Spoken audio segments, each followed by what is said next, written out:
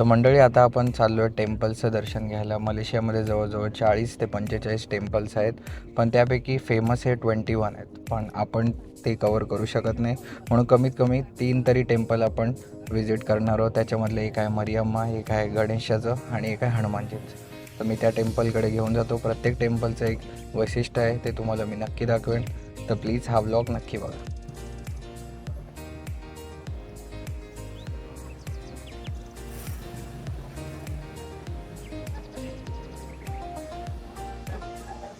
नमस्कार मंडळी, तर आपण आता आलो आहोत मलेशियातील 128 वर्षीय जुनं गणेशा टेम्पलमध्ये.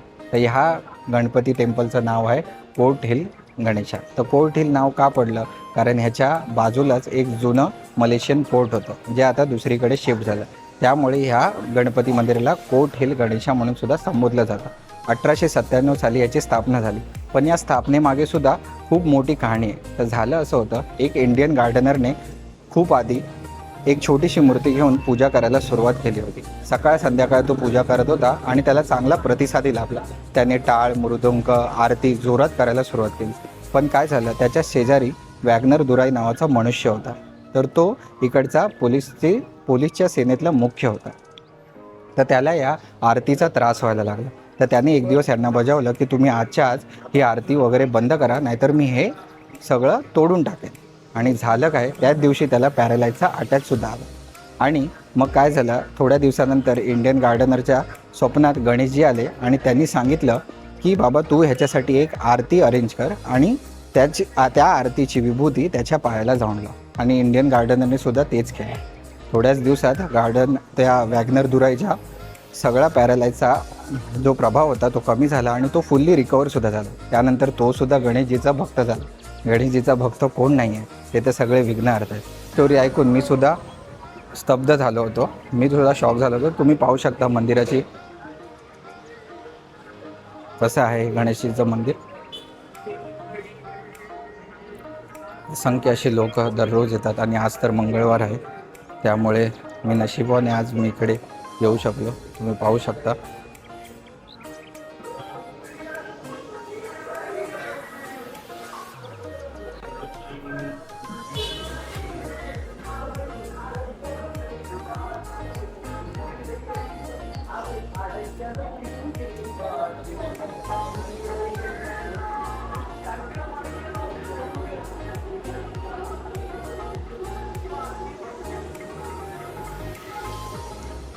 तर कसं वाटलं मंडळी तुम्हाला हे गणपतीचं मंदिर? 128 वर्ष जुनं हे गणपतीचं मंदिर आहे. तर नक्की सांगा, तुम्हाला याबद्दल माहिती होती का? आणि जर तुम्ही मलेशियामध्ये विजिट प्लॅन करताय तर ह्या मंदिराला नक्की विजिट करा, कारण खूप जुनं हे मंदिर आहे आणि ह्याचे वाईब्स वेगळेच आहे. आपण चाललो आहे हनुमान टेम्पलजवळ. आता रात्रीचे 8 वाजले, तर मी ट्राय करेन तिन्ही टेम्पल कवर करायचा.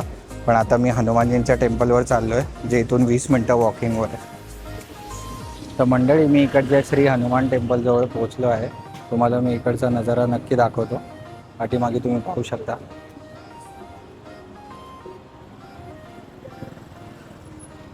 किती मस्त मंदिर आहे ना. आणि ह्याच्या बाजूलाच 2 अजून मंदिरे आहेत, जी तमिळ जे हिंदूज आहेत त्यांचे दैवत आहेत हे इकडे. आणि त्याच्यानंतर याच्या बाजूला श्रीकृष्णाचं सुद्धा मंदिर आहे, तर ते पण मी तुम्हाला दाखवतो. तर चला आपण जाऊया हनुमानजीचं दर्शन घ्यायला.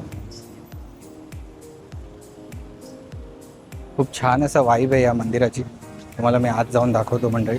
इथे आपल्याला चप्पल काढायची आहे आणि तिथून आपण आतमध्ये जाणार. पाहू शकता तुम्ही कसं मंदिराचं इंटेरियर आहे. तुम्ही पहिलं हे सगळं पाहून घ्या, त्यानंतर मी तुम्हाला मंदिराबद्दल माहिती देतो.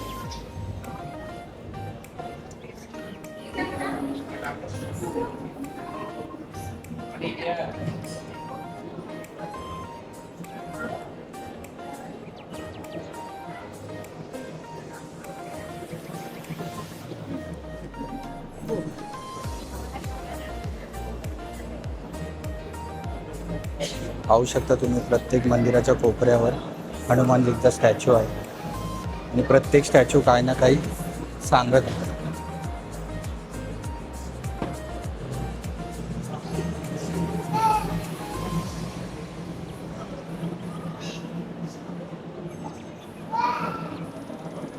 आणि गणेशजींची मूर्ती बघा.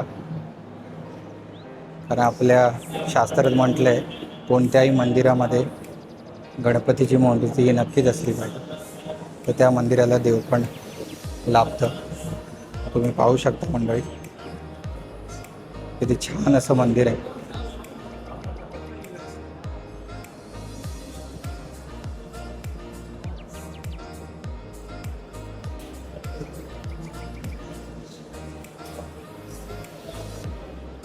प्रत्येक कोपऱ्यावर हनुमानजींची मूर्ती आहे मंडळी. तर मी तुम्हाला दाखवतो इकडची मेन मूर्ती कोणती आहे ती. ही बघा, पाहू शकता तुम्ही.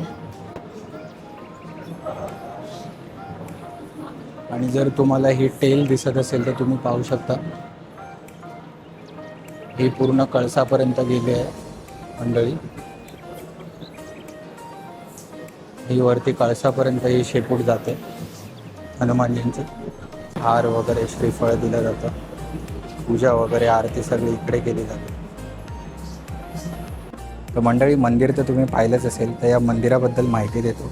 हे मंदिर 1942 साली सेंट्रल मोनोरेल स्टेशनजवळ बनवलं होतं, पण त्या मोनोरेलच्या डेव्हलपमेंटसाठी तिथून ते डिमोलिश करून आता जो स्पॉट रोड आहे कोलालंपूरला, तिथे 1999 साली शिफ्ट केलं. तर या मंदिराला पण जवळजवळ 26 वर्ष झालेली आहे. तर हे मंदिर बनवण्यामागे इकडचेच एक भक्त, हनुमान भक्त जे इंजिनियर झाले, त्यांनी हे मंदिराची स्थापना करण्यामध्ये खूप मोलाचा हातभार लावला. 5 वर्ष त्यांनी फक्त डिझायनिंगवर काम केलं. 5 वर्षाच्या डिझायनिंग नंतर त्यांनी या मंदिराच्या बांधकामाला सुरुवात केली. तर या मंदिराचं एक विशिष्ट म्हणजे या मंदिराची जी मूर्ती आहे त्याची जी शेपूट आहे ती 17 फीट लांब आहे. ती मूर्ती म्हणजे कळसापर्यंत त्याची शेपूट गेलेली आहे आणि हे ईस्ट एशियामधलं सर्वात मोठं हनुमानजीचं मंदिर आहे ह्या बाबतीत.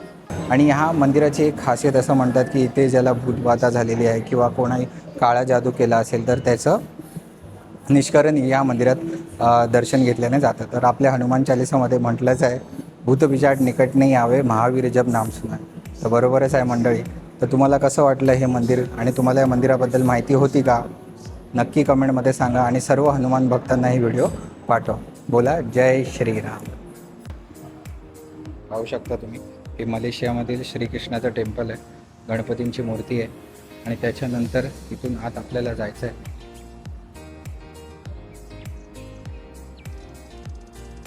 ते लिहिलेलं आहे की रामजी, सीताजी, लक्ष्मणजी आणि हनुमानजींची मूर्ती इथे लवकरच बिल्ड करण्यात येणार आहे. तर हे बघा मंडळी,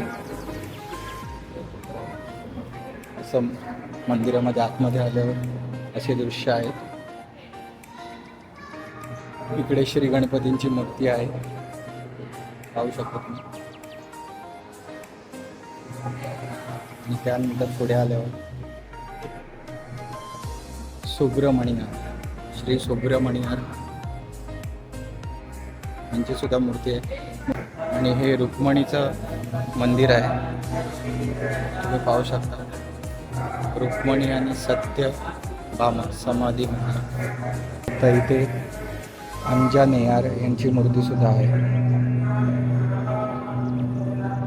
हनुमानजी यांना यांच्या लँग्वेजमध्ये अंजनेयार असं म्हटलं जातं.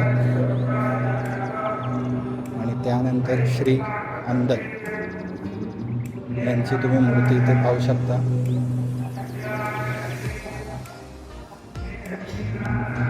श्री अंदल यांची मूर्ती आहे. ही जी श्रीकृष्ण व्यंकटेश कृष्ण प्रभूला व्यंकटेशा परमाला संबोधलं जातं मंडळी. हीच ती मूर्ती आहे. श्री आलामिलू मंगल यांची मूर्ती सुद्धा इथे आहे. आणि इथे या देवीचं पण मंदिर आहे, श्री दुर्गाचं. तुम्ही पाहू शकता ही माता.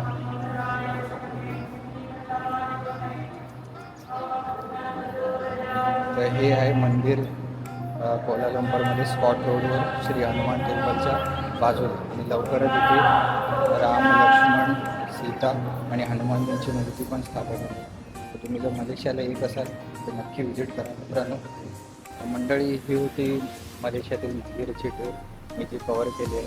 तर तुम्ही पण जर इकडे येत असाल तर नक्की याला व्हिजिट करा. आणि तुम्हाला कसं वाटलं या ब्लॉगबद्दल नक्की कमेंटमध्ये सांगा. तर मंडळी मी आता इकडे जवळच्या एका हॉटेलमध्ये आलो. विशाल हॉटेल नाव आहे आणि मी बनाना लीफमध्ये व्हेज मिल घेणार आहे. तुम्ही पण बघा कसं आहे ते.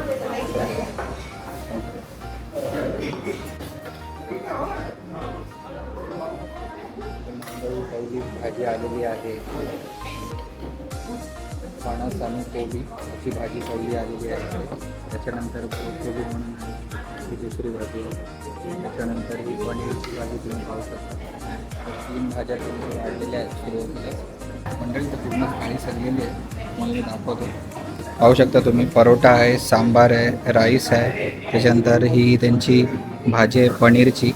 त्याच्यानंतर ही ब्रोकोली आणि मिक्स सब्जी आहे. त्याच्यानंतर फणस आणि कोबी, हा पापड, हे बटाट्याचे चिप्स आणि हा पालकचा भाजी आहे पूर्ण ग्राइंड करून दिली.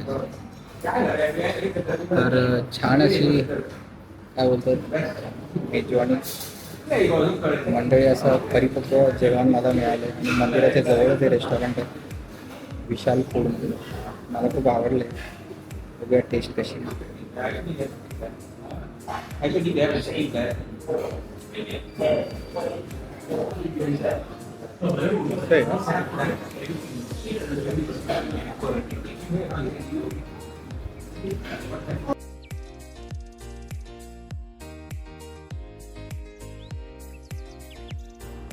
तर मंडळी तुम्ही पाहिलं ते जे फूड होतं, मी 2 भाज्या एक्स्ट्रा घेतल्या होत्या तरी माझं बिल आहे 20 मलेशियन रिंगीट झालं.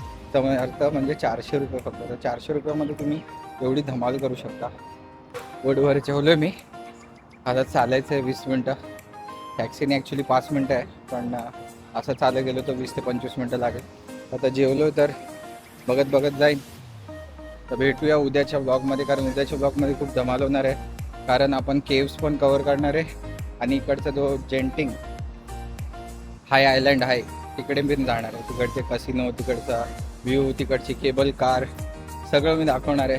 तर नक्की पुढचा ब्लॉग पण बघा आणि please please please like share subscribe जरूर करा. तुमचे काही क्वेश्चन असतील तर ते पण विचारा. Take care.